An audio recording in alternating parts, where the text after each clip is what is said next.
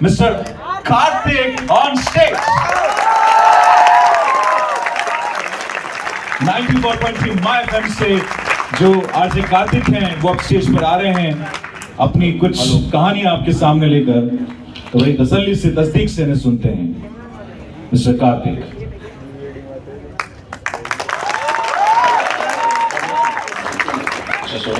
Check one. Hello, hello.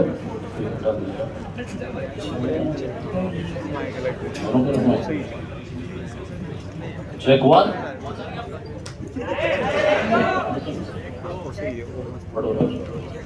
Check one. अभी आ गया बस? Yes sir. Hi. मैं बोलूँगा हाय, आप बोलेंगे हेलो, फिर मैं बोलूँगा हेलो, आप बोलेंगे हाय। ठीक है, क्लियर? हाय, हेलो, हाय, हेलो, हाय। जोर से बोलो। जय माता दी कितनों ने बोला? जोर से बोलो। जय माता दी। अभी आया ना बोलो। सो दोस्तों, स्वागत है आपका। मेरा नाम है आरजे कार्तिक और मैं यहाँ कोटा से 100 किलोमीटर दूर मेरा होम टाउन है भवानी मंडी। अगर आप दिल्ली मुंबई ट्रैक पे, कितने लोग गए यहाँ से दिल्ली मुंबई वाले ट्रैक पे, तो आपको स्टेशन दिखेगा। वो स्टेशन बड़ा कमाल का है। वहाँ पर टिकट बेचने वाला मध्य प्रदेश में, खरीदने वाला राजस्थान में। सो प्लेटफॉर्म पे कभी आपको टाइम मिले तो उतर के आप एक अच्छी सी रील बना लेना। कितने लोग इंस्टा पर हैं इधर? यही कर रहे हो बस।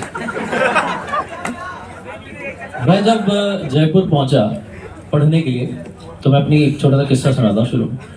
जयपुर जंक्शन से पहले एक स्टेशन आता है, आउटडोर स्टेशन। अब तो इनर सर्कल में आ गया जयपुर के, दुर्गापुरा।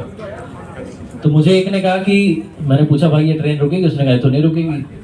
तो लोगों ने, होते ना ट्रेन में लोग आपको इंस्पायर करते हैं, कर सकते हो, फिर आप ऐसा करना, ट्रेन से उतरना, जिधर ट्रेन जा रही है उधर ही दौड़ते उतर जाना, धीमे हो जाती है दुर्गापुरा। मैंने कहा ठीक है भाई। तो लोगों ने बहुत मुझे पंप अप किया, कोई नहीं जंक्शन उतरने का, नहीं आप उतरना दुर्गापुरा, आप उतर जाओगे। ट्रेन वाकई में धीरे हो गई, मैं उतरा और मैं उतर करके जैसा सिखाया था मुझे वैसे मैं भागने लगा तेज तेज। इतना भागा कि आगे वाले कोच के दरवाजे तक पहुंच गया। उन्होंने खींच लिया मुझे हाथ पकड़ के, कह रहे भाई शुक्र है कि तुमने पकड़ ली ट्रेन, यहाँ पे तो रुकती ही नहीं।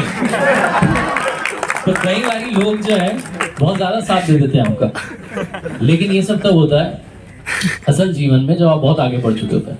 जब आप शुरू कर रहे होते हैं तो आपको कोई साथ नहीं देता है, बहुत कम लोग आपके आसपास होते हैं। मैंने जब शुरू किया था, पहले मैं अपना किस्सा सुनाता हूँ, फिर आपको आगे बात बताता हूँ। तो मैं जब भवानी मंडी से पहुंचा बीबीए करने के लिए जयपुर, और मैंने एक आरजे को सुना, आरजे सेठ को, तो मुझे लगा कि मुझे भी आरजे बनना चाहिए। तो मैं अलग अलग स्टेशन में जाता था अपना सीवी लेकर के, और मेरे अंदर वही जुनून था कि मुझे तो रेडियो जॉकी बनना है। मेरा सीवी लेते थे गार्ड साहब और रख लेते थे, कुछ तो वहीं पे ऐसे नीचे डाल रहे होते। मैं कहता भाई बाद में पी लेना, इस पर रख के चाय, थोड़ी तो इज्जत दे दो। फिर मैंने फाइनली अलग अलग जगह ट्राई करने के बाद माय एफएम में, जहाँ मैं रेडियो जॉकी, वहाँ पर मैंने इंटर्नशिप की। और वो जो 9 महीने की इंटर्नशिप थी उसने मुझे लाइफ सिखा दी। आज यहाँ प्रमोद सर अभी कह रहे थे कि हम में से बड़े सारे लोग जो हैं, जो आईआईटी में जाना चाहते हैं, जो नीट करना चाहते हैं, वो सारे लोग को पहले लाइफ स्किल सीखनी बड़ी जरूरी है। तो मुझे जो 9 महीने थे उसमें लाइफ स्किल सीखने का मौका मिला कि जिंदगी जीनी कैसी। मैं लगातार कोशिश कर रहा था आरजे बन जाऊं, आरजे बन जाऊं, आरजे बन जाऊं। जहाँ रहता था वहां से पैदल पैदल जाता था अपने स्टेशन तक। बीच में एक स्टेशन आता था, ऐसा मेरे कोई ख्याल नहीं आया। मैं एक बार जब जा रहा था तो मैं प्लेटफॉर्म पे बैठ गया, मेरी आंखों से आंसू आने लगे। मैंने कहा कुछ हो ही नहीं रहा, आरजे बन ही नहीं रहा, कुछ हो ही नहीं रहा। लेकिन फिर एक अंदर से आवाज आई कि तू कर सकता है, इतनी जल्दी हार क्यों मान रहा है। मैंने अपने आप को फिर से सेल्फ मोटिवेट किया। पापा से कहा पापा 1-2 महीने और दो, मैं कुछ ना कुछ करूंगा। बीबीए फाइनल ईयर की बात। और उसके बाद मुझे कोटा में ही, इसी शहर में पहली बार 1 सितंबर 2010, यानी कि आने वाली तारीख, 12 साल रेडियो करते हो जाएंगे, उस दिन पहला शो करने का मौका मिला। और जब मैंने वहां से शुरू किया तो मैंने सोचा था कि मैं जब आरजे बनूंगा तो ऐसे आरजे नहीं बनूंगा, ऐसे तो बहुत सारे आरजे बनते हैं, ऐसा आरजे बनूंगा कि लोग आरजे बोले तो फिर कार्तिक आना चाहिए। 2017 में मैंने कहानियां सुनाना शुरू किया सोशल मीडिया पर, फेसबुक, इंस्टाग्राम, यूट्यूब। शुरू में लोग देखते नहीं थे, 200-300 व्यूज आते थे, होता ना, आप ही जा जाके देख रहे हो। 100 व्यू तो मैंने बढ़ा दी बार जा जाके। 6 महीने तक मैं डालता रहा, सोमवार सुबह 9:30 बजे। और ये सोमवार सुबह 9:30 बजे मेरा आज ट्रेडमार्क हो चुका है। 6 महीने के बाद में एक वीडियो ऐसा था जिसको मिलियन लोगों ने देखा, और उस वीडियो की वजह से जो पुराने 6 महीने के वीडियो थे उनको मिलियन लोगों ने देखा, और फिर वो कारवां बढ़ता चला गया। आज 1 करोड़ के लगभग लोग जो है अलग अलग प्लेटफॉर्म पे मेरे साथ जुड़ चुके हैं। तो अगर मैं उस दिन ये सोचता कि भाई ये तो चलेगा ही नहीं, इसका तो कुछ होगा ही नहीं, तो फिर कुछ हो नहीं पाता। तो इसलिए मैंने सोचा कि नहीं, आपको मेहनत करनी है, लगातार करनी है। तो मेरी इस जीवन यात्रा में, जिसमें बहुत सारा स्ट्रगल रहा है, बहुत सारे लोगों ने कहा कि भाई तो आरजे नहीं बन सकता, वही सारे लोग आज कॉल करके कहते हैं यार मेरी मौसी का लड़का, उसको सेल्फी खिंचवानी, तुम्हारे साथ खिंचवा ले। तो ये आपके साथ होगा, लेकिन उसके लिए आपको बहुत सारी मेहनत करनी होगी।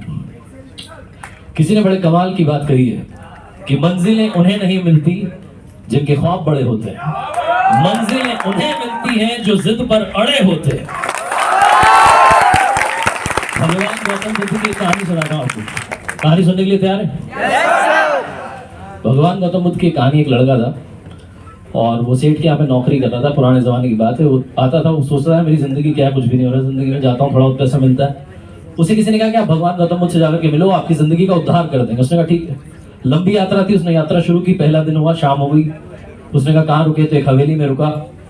हवेली में गया तो हवेली की मालकिन ने कहा आप रुकिए, कोई दिक्कत नहीं है। आप कहाँ जा रहे हैं? तो उसने कहा गौतम बुद्ध से मिलने जा रहा हूँ। उन्होंने कहा बहुत अच्छी बात है, मेरा एक सवाल है, आप बस पूछ लीजिएगा। लड़के ने कहा क्या सवाल है? तो मालकिन ने कहा कि मेरी बेटी है, ये बोल नहीं सकती और इसकी शादी नहीं हो रही, तो आप पूछेगा इसकी शादी कब होगी? लड़के ने कहा ठीक है। लड़का आगे चला तो पहाड़ी रास्ता था। पहाड़ पर उसने देखा एक जादूगर तपस्या कर रहा है।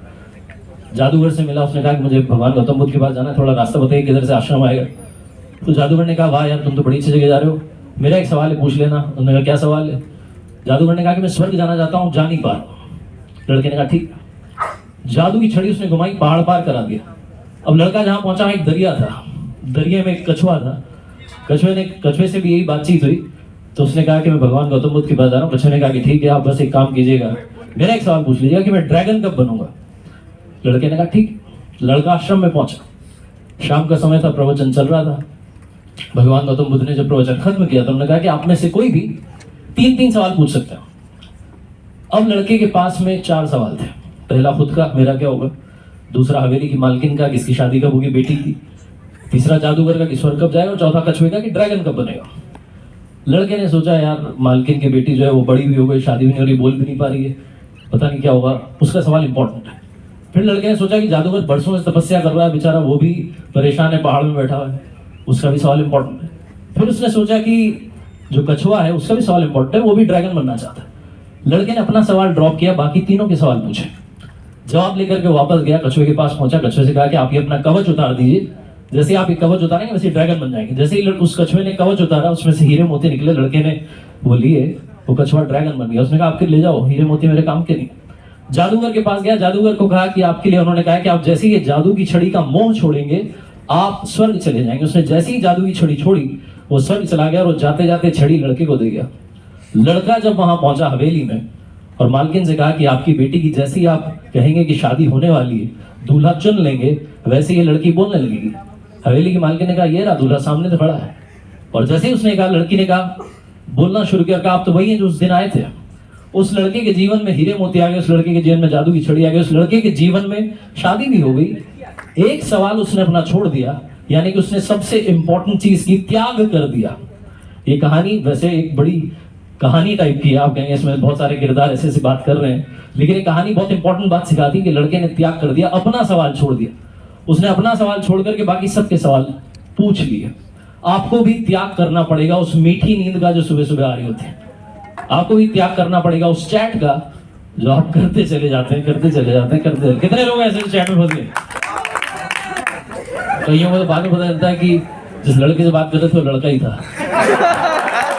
तो आपको भी उस चैट का, उस मोबाइल का त्याग करना पड़ेगा, नींद का त्याग करना पड़ेगा, तब जाकर के आपको अपना सपना मिलेगा। यहाँ पर सबसे दमदार लड़का कौन है? लड़का है लड़की, जो भी जिसको लगता है इतना भी दमदार नहीं चाहिए। छोटा सा काम करना है यार, मेरे पास पेंसिल है, इसको तोड़नी है। कोई है आएगा?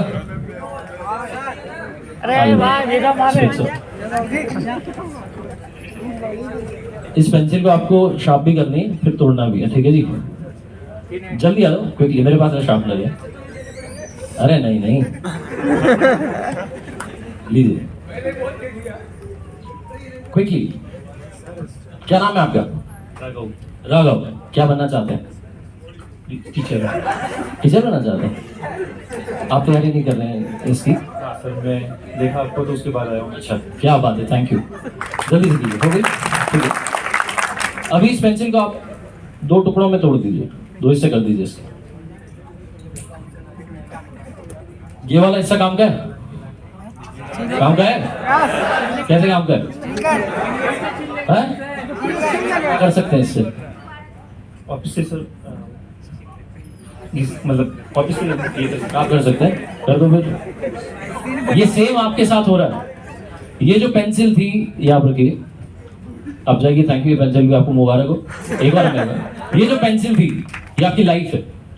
आपने आईआईटी के लिए, नीट के लिए अप्लाई किया, एक वाले अटेम्प्ट में नहीं हुआ, टूट गई पेंसिल, और आपने सोचा खेल खत्म हो गया। आपने ये नहीं सोचा कि उसे दोबारा से शार्प कर सकते हैं। एक बार फुटबॉल मैच देखने के लिए गया, फुटबॉल मैच देखने के लिए गया एक बार, तो एक लड़का था, मुस्कुरा था, मैच चल रहा था। मैंने कहा भाई स्कोर क्या हुआ? उसने कहा भैया सामने वाली टीम जो है वो 4-1 से आगे चल रही है। मैंने कहा भाई वो जीत रहे हैं, तू खुश हो रहा है, उनसे मिला हुआ है? उसने कहा नहीं नहीं, अभी देखना, मैच खत्म होने दो, अभी आखिरी विसिल बजी नहीं है। तो लड़का बड़ा कॉन्फिडेंट था। वो मैच खत्म हुआ 15-20 मिनट के बाद, और उस लड़के की टीम 5-4 से मैच जीत चुकी थी। उस दिन मैंने सोचा कि हम इतनी जल्दी हार क्यों मान लेते हैं। हमारी भी जो विसिल है वो अभी ऊपर वाले ने बजाई नहीं है। तो अगर आपको लगता है कि भैया ये नहीं हुआ, तो क्या जीवन खत्म हो गया? नहीं ना। आप में से कितने लोगों ने मोबाइल की बैटरी का परसेंटेज ऑन किया हुआ है? जो बैटरी परसेंटेज आता है, कितने परसेंट है आपकी बैटरी अभी मोबाइल की? 90। ये कह रहा पावर बैंक दे दो सर आप। 94। आपकी कितनी? बहुत बेटा, बहुत बेटा। ये जो मोबाइल तुम लाए हो 0.5 में भी चल रहा है, ये मैं भी खरीदूंगा एक बार। अच्छा, सबसे खूबसूरत बात पता क्या है? रुको रुको एक सेकंड। आप में से सबके पास मोबाइल की बैटरी का परसेंटेज मालूम है, लेकिन ये जो बॉडी है इसमें भी ऊपर वाले ने एक बैटरी डाल के भेजी है, लेकिन इसका परसेंटेज किसी को मालूम नहीं है। मुझे नहीं मालूम कि मेरे अंदर कितने परसेंट की बैटरी बची है, आपको भी नहीं मालूम कि आपके अंदर कितने परसेंट की बैटरी बची है। तो जब तक ये बैटरी चल रही है तब तक तो जीना शुरू करो। और एक और कम इंपॉर्टेंट बात जो चार्जर वाली भाई ने बोली, हम सब अपनी बैटरी को रिचार्ज कर सकते हैं। जो भी शुरुआत में सर कह रहे थे, उस पर मुझे याद आता है किसी ने बड़े कमाल की बात कही कि औरों को जो भी मिला है अपने मुकद्दर से मिला है, मगर मुझे तो मेरा मुकद्दर ही तेरे दर से मिला है।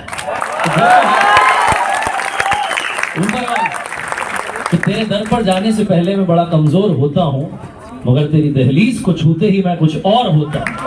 तो इसके लिए उस बैटरी को रिचार्ज करने के लिए बड़ा इंपॉर्टेंट है कि आप अपनी लाइफ में मेडिटेशन एक हिस्सा करें। आप में से कितने लोग हैं सुबह जग करके थैंक यू करते हैं ऊपर वाले को कि आज का दिन दिया आपने? कई सारे तो भी थैंक यू नहीं कर रहे। अभी सर बता रहे थे कि रात में सोते वक्त हम सबसे ज्यादा पॉजिटिव होते हैं कि चलो सुबह जगेंगे, अलार्म लगा लेते हैं। तो हमें सोते वक्त थैंक यू करना चाहिए, जगने के बाद थैंक यू करना चाहिए कि आपने नया दिन तो दिया। नया दिन नहीं दिया होता तो आपने जाकर के कैसे उसको देखा होता कोचिंग के बाहर? होता है सर? अच्छा, आपके मोबाइल में कैलकुलेटर है सबके मोबाइल में, उसमें कोई भी एक नंबर लिखो, कोई भी नंबर, लेकिन वो नंबर बड़ा होना चाहिए, बड़ा नंबर लिखो।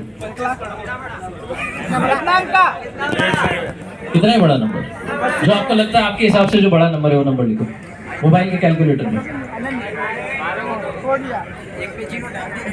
क्या नंबर लिखा आपने? क्या नंबर लिखा भाई? हाँ, पीछे वाले आपने लिखा। आप कुछ कर रहे हैं फोन में? चैट तो नहीं कर रहे हैं? पीछे वाले क्या नंबर लिखा? 1 पर 20 जीरो। जिसने 0 लिखा है उसका बैंक बैलेंस 0 रह जाएगा। और किसने क्या लिखा? जिसने 1 लिखा है उसके पास ऑप्शन है 0 0 0 0 0 0 0 ऐड करने की। और इस पर मैं कहना चाहता हूँ, किसी ने बड़े कमाल की बात की कि हम लोग ना अपनी झोली छोटी कर लेते हैं।